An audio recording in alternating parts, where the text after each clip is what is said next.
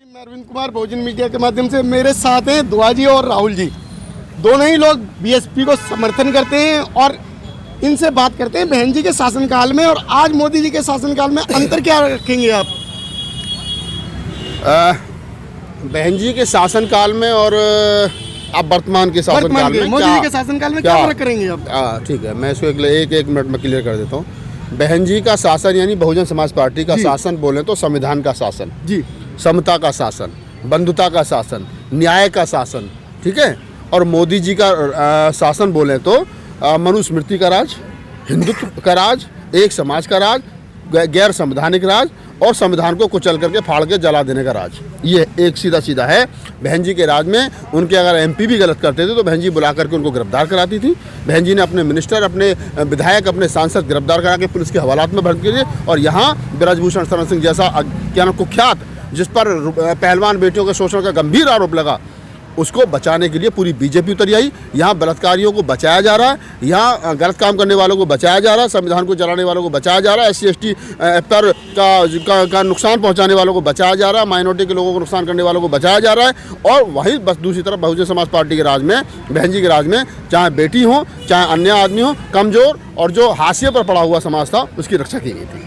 बहन जी ने 23 जिले बनाए, 23 नगर पालिकाएँ, 23 SDM, 23 DM, 23 डिग्री कॉलेज उन्हीं जिलों में बनाए। ऐसे क्या मोदी ने, हमारे जो वर्तमान प्रधानमंत्री हैं, इन्होंने काम किया क्या? बहन जी की सरकार में लोगों ने फ्री में MBBS किया, SC/ST के लोगों ने। बहन जी की सरकार में लोगों ने फ्री में MD किया, फ्री में BA किया, फ्री में MA किया, फ्री में पूरी एजुकेशन ली, फ्री में LLB किया। आज MBBS करने के लिए 4 करोड़ रुपए चाहिए। और ये जो युवा घूम रहा है ना कि हर हर मोदी, घर घर मोदी और 22 को क्या नाम दिवाली लगाएंगे, हमने भी कह रखा तुम 22 को दिवाली मनाना, हम 22 को 22 प्रतिज्ञा दोहराएंगे अपने अपने घरों में। मैं आपके चैनल के माध्यम से कह रहा हूँ, तमाम अम्बेडकरवादी 22 जनवरी को जब इस देश के अंदर दिवाली मन रही हो, तुम 22 प्रतिज्ञा जोर जोर से दोहराना और लाइट रखना बंद, अंधेरे में दोहराना, बिल्कुल लाइट बंद रखना। दिन में क्या नाम है 22 प्रतिज्ञा दोहराना और रात को 1 घंटा लाइट बंद करना। पता चल जाना चाहिए कि इस घर में, इस गली में जो 4 घर हैं, इनमें अंधेरा क्यों है। इसमें अंधेरा इसलिए है क्योंकि हमें राम की जरूरत नहीं है। और ये बात बाबा साहब डॉक्टर अम्बेडकर कह के चले गए कि मैं रामकृष्ण को ईश्वर नहीं मानूंगा, ना उनकी कभी पूजा करूंगा। ये राहुल जी, बहन जी ने इतने अधिक नौकरियां निकाली और उन्हें बैकलॉग को भी भरा। आज के टाइम जो बैकलॉग की क्या स्थिति है? नहीं, बैकलॉग तो अभी, बैकलॉग तो छोड़ो, बैकलॉग तो क्या भाड़ में। अभी तो जो नया, अभी जो नौकरी, थोड़ी पहली बात तो बची नहीं, और जो बची है वो रंग देख करके दी जा रही हैं। नागपुर से जो एक लव लेटर साइन होकर के आता है, उस पर मोहर लगी होती है नारंगी कलर की, उन्हीं लोगों को नौकरी मिलती है। बाकी SC/ST OBC माइनॉरिटी के लोग भाड़ में जाओ, ना तुम्हें नौकरी मिल रही, नौकरी नहीं मिल रही तो छोकरी नहीं मिल रही, ना घर बसा, ना क्या नाम है परिवार बसा, कुछ नहीं है।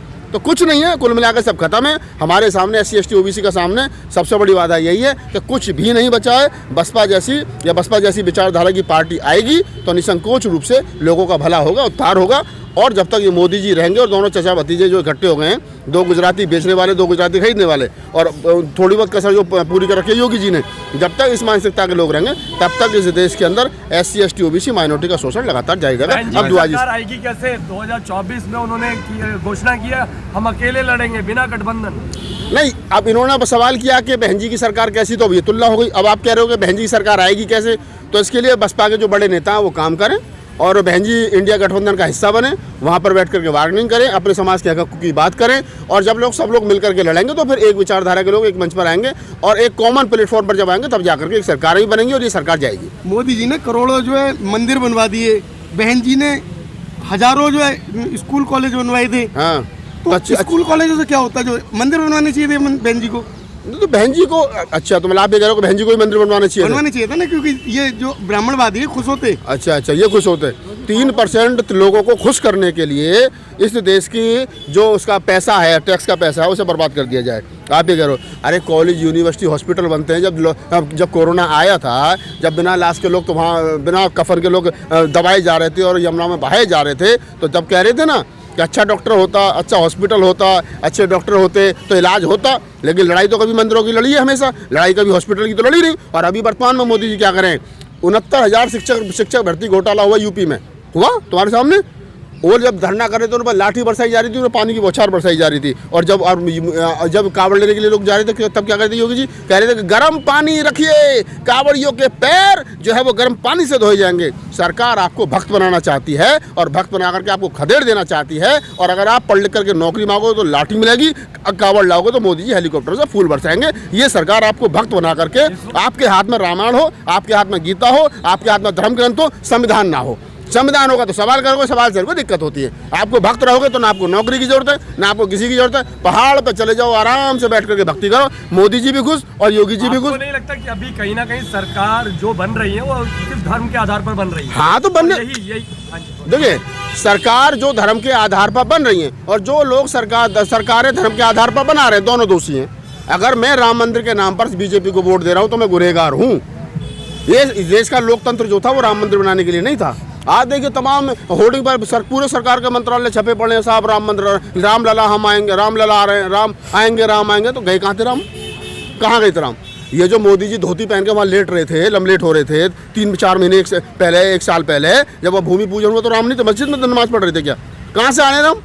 गए कहाँ थे राम? अरे मैं तो फिर कह रहा हूँ भाई, ये देश के जितने राम को मानने वाले लोग हैं ना, 22 तारीख को जब दिवाली मनाओ तो डॉक्टर अम्बेडकर की फोटो रख लेना और उसके पैरों को माथा लगाना, और हो सकता था तो थोड़ा सा पानी डाल के पी भी लेना। वो डॉक्टर अम्बेडकर के संविधान की वजह से, डॉक्टर अम्बेडकर की वजह से तुम्हारे राम का वजूद बचा, नहीं तो खतरे में था। ये गादरी जी खड़े हैं, गादरी जी खड़े हैं महोदय। अभी मेरे राहुल जी ने इतनी बढ़िया आपको बात बताई, और इसमें एक सवाल आपसे ही मैं पूछ लेता हूँ। जो 33,000 या 33 करोड़ जो देवी देवता हैं, उनमें क्या एक ही राम जी हैं या 33 जो देवी करोड़ हैं देवी देवता, तो वो किस वजह से हैं, वो कहाँ पैदा हुए थे? आप बताएं जरा। राहुल जी बताएं कहाँ पैदा हुए थे? सवाल का जवाब अभी हम देते हैं। सर, मेरा आपसे खाली एक सवाल है कि आपने कहा जैसे आप टारगेट कर रहे हैं नरेंद्र मोदी को, लेकिन कहीं ना कहीं देखें तो धर्म की राजनीति तो कहीं ना कहीं मायावती ने भी कभी की है। उन्होंने कहा था, उनका एक नारा था, बड़ा प्रचलित हुआ था, हाथी नहीं गणेश है, ब्रह्मा विष्णु महेश है। तो उस पर क्या कहेंगे? ये नारा बसपा के मंच से कभी नहीं लगाया गया, पहले तो इस बात को समझ लो।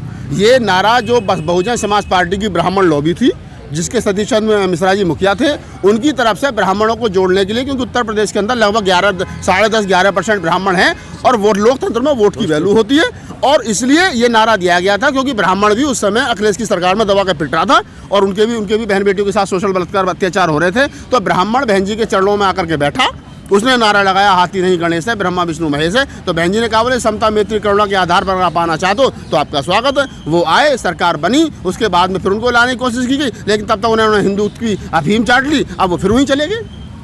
राहुल जी, ये जो देखिए वर्तमान सरकार है, वर्तमान सरकार मंदिर बना रही है, मुसलमानों का विरोध हो रहा है, जबकि ये तो लोकतंत्र है, लोकतंत्र के अंदर तो सभी को समानता होनी चाहिए। देखने वाली बात ये है, जो राम मंदिर के उसमें क्या नाम है, निर्माण में, उसमें ऑर्डर में, आदेश में जो 5 एकड़ जमीन मस्जिद के लिए मिली है समझौता में, उस जब मस्जिद का उद्घाटन होगा तो क्या प्रधानमंत्री जी वहाँ जाएंगे, क्या योगी जी वहाँ जाएंगे, या तमाम लोग वहाँ जाएंगे? ये देखने वाली चीज़ है। उस दिन नहीं जाएंगे तब कहेंगे कि ये मस्जिद जो बनी है इसके लिए चंदा इकट्ठा क्यों नहीं हुआ, इसके लिए पर्ची क्यों नहीं कटी, इसके लिए क्या आपको लोकतंत्र में विश्वास नहीं है, इसके लिए सरकारी तंत्र का यूज क्यों नहीं हुआ? और मैं फिर बड़ी जिम्मेदारी के साथ कह रहा हूँ, प्रधानमंत्री जी को चाहिए कि वर्तमान समय में जनपद पर उद्घाटन करने बाबा साहब के मेमोरियल का, और जो जूता सर में लगा था बाबा साहब जो टांग पर टांग रख के बैठे, तब मोदी जी ने कहा था कि मैं चाहता हूं कि जूता सबके सर में लगना चाहिए ताकि लोग संवैधानिक दायरे में रहें। तो मोदी जी भी जानते हैं, सब जानते हैं, लेकिन उनकी अपनी कुछ व्यक्तिगत मजबूरियां हैं, वो अपना काम करें, तुम अपना काम करो। लेकिन जूता लगने के बाद भी समझ क्यों नहीं आई मोदी जी में? कोई बात नहीं, आ जाएगी। तुम बताओ पत्रकार बंधु क्या? 4 मठों के धर्मगुरु जो है, हाँ, शंकराचार्य विरोध कर रहे हैं। मोदी जी जो देखो, 4 मठों के शंकराचार्य विरोध कर लो, 8 मठों के शंकराचार्य विरोध कर लो, खाता ना वही जो मोदी जी कहते वही सही।